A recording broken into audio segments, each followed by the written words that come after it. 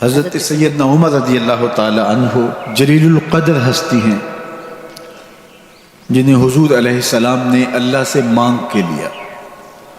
سارے صحابی رسول کریم صلی اللہ علیہ وآلہ وسلم کے مرید ہیں، لیکن جناب عمر میرے حضور کی مراد ہیں۔ 39 لوگ جب اسلام لا چکے، 39ویں شخص حضرت امیر حمزہ رضی اللہ تعالی عنہ تھے، اور ان کا ایمان لانا مسلمانوں کے لیے بہت بڑی ڈھارس اور بہت بڑے حوصلے کا سبب و ذریعہ بنا۔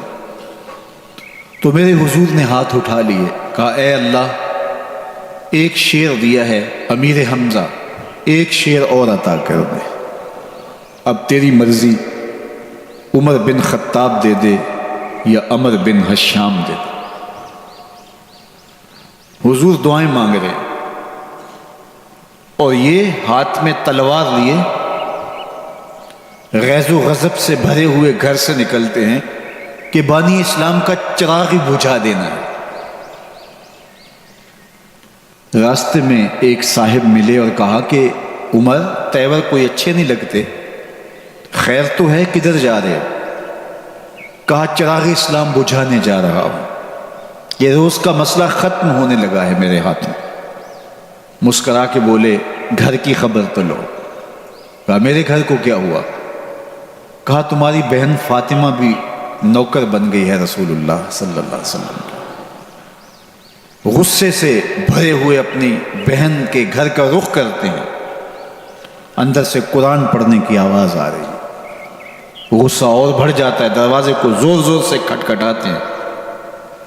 اہل خانہ سمجھ گئے ماجرا کیا ہے، گرجدار آواز ہے جناب عمر کی، دروازہ کھولو۔ جلدی سے معلم کو چھپا دیا اور بہن آگے بڑھ کے دروازہ کھولا۔ کہا تم سابی ہو گئے ہو، دین چھوڑ دیا تم نے، بتوں کی وفا ترک کر دی اور بے تحاشا مارنا شروع کیا۔ بہن کا سر پھٹ جاتا ہے، خون بہنے لگتا ہے، اور یہ مارتے چلے جاتے ہیں۔ فاطمہ بنت خطاب بولی عمر تم خطاب کے بیٹے ہو، سنو میں بھی خطاب کی بیٹی، جو ظلم جو جبر کرنا ہے کرو، میں محمد عربی کا دامن نہیں چھوڑوں گی۔ سوچنے پہ مجبور ہو جاتے ہیں وہ کون سی طاقت ہے جس نے بجلیاں بھر دی اس کے اندر۔ کہا جو تم پڑھ رہے تھے مجھے بھی سنا سکتے ہو؟ کہا تمہیں غسل کرنا ہوگا۔ عمر اپنے بدن کو دھو رہے ہیں، میرا رب دل دھو رہا ہے۔ اتنے میں معلم بھی قرآن لے کر آ جاتے ہیں اور قرآن کی تلاوت ہونے لگتی ہے۔ طٰہٰ ما انزلنا علیک القرآن لتشقیٰ، یہ 14ویں رات کے محبوب چاند، ہم نے قرآن اس لیے نازل تو نہیں کیا تھا کہ تم مشقت میں پڑ جاؤ۔ بے تاب ہو گئے، کہا عمر کی عمر برباد ہو گئی، مجھے لے چلو حضور کی چوکھٹ پہ۔ تلوار حمائل کی ہے، بہنوئی ساتھ ہیں، اور حضور کی بارگاہ میں حاضر ہو رہے ہیں۔ دروازے کے سوراخوں سے دیکھا تو صحابہ تشویش کا اظہار کرنے لگے کہ عمر آ رہا ہے، تلوار حمائل کی ہے، ارادے اچھے نہیں لگتے۔ جناب امیر حمزہ نے کہا دروازہ کھول دو، اچھی نیت سے آیا تو استقبال کریں گے، نیت اچھی نہیں ہے تو اس کی تلوار سے اس کی گردن کاٹ دیں گے۔ حضور کے سامنے جا کے بیٹھ گئے، گلے میں کپڑا ڈالا تھا، حضور نے پکڑ کے کہا عمر ابھی وقت نہیں آیا کہ تم اسلام لے آؤ؟ یہی وقت تھا عمر کے اسلام لانے کا، لبوں پہ کلمہ جاری ہو گیا۔ اللہ اکبر کی صدا اس زور سے گونجی کہ مکے کی گلیاں گونجنے لگیں۔ اسلام لانے کے بعد حضور سے پوچھتے ہیں حضور کیا ہم حق پر نہیں ہیں؟ فرمایا ہم حق پر ہیں۔ اللہ کا دین سچا نہیں ہے؟ کہا اللہ کا دین سچا ہے۔ آپ اللہ کے سچے نبی نہیں ہیں؟ فرمایا میں اللہ کا سچا نبی ہوں۔ تو کہا پھر ہم چھپ کے عبادت کیوں کریں؟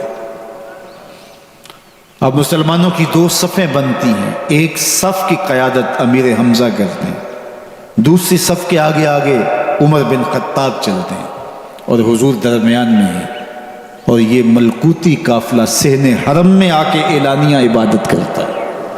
حضرت عبداللہ ابن مسعود رضی اللہ تعالیٰ عنہ فرماتے ہیں عمر کا اسلام لانا اسلام کے لیے عزت کا سبب بنا، اسلام کے وقار کی علامت بن گیا۔ ایک ایک کے دروازے پہ جا کے دروازہ کھٹکھٹا کے کہتے ہیں، وہ تو اور خبر سننے کے لیے بے چین تھے کہ یہ بانی اسلام کی زندگی کا چراغ بجھانے گیا تھا، کوئی خبر لایا ہوگا۔ وہ کہتے ہیں آؤ عمر کدھر آئے ہو؟ کہا تمہیں بتانے آیا ہوں، کمزوروں سے پنجہ آزمائی کرتے رہے ہو، آؤ میرے سے بات کرو، میں محمد عربی کا نوکر بن گیا۔ اللہ اکبر۔ میرے حضور نے فرمایا جب اچھے لوگوں کا ذکر کرو تو میرے عمر کا ذکر بھی کیا کرو۔ میرے عمر کی زبان پر حق بولتا ہے، سچ بولتا ہے۔ ان الشیطان یفر من ظل عمر، عمر کے سائے کو دیکھ کے شیطان بھاگتا ہے۔ اللہ اکبر۔ اسلام لائے تو زندگی کی ایک ایک سانس اسلام کے لیے وقف کر دی، حضور کا پہرا دیا، حضور کی ناموس کا پہرا دیا، حضور کی شریعت کا پہرا دیا۔ اسلامی فتوحات پھیلیں تو پھیلتی ہی چلی گئیں، کبھی مصر فتح ہو رہا ہے، کبھی ایران فتح ہو رہا ہے، آرمینیا تک مسلمانوں کی افواج پہنچتی ہیں۔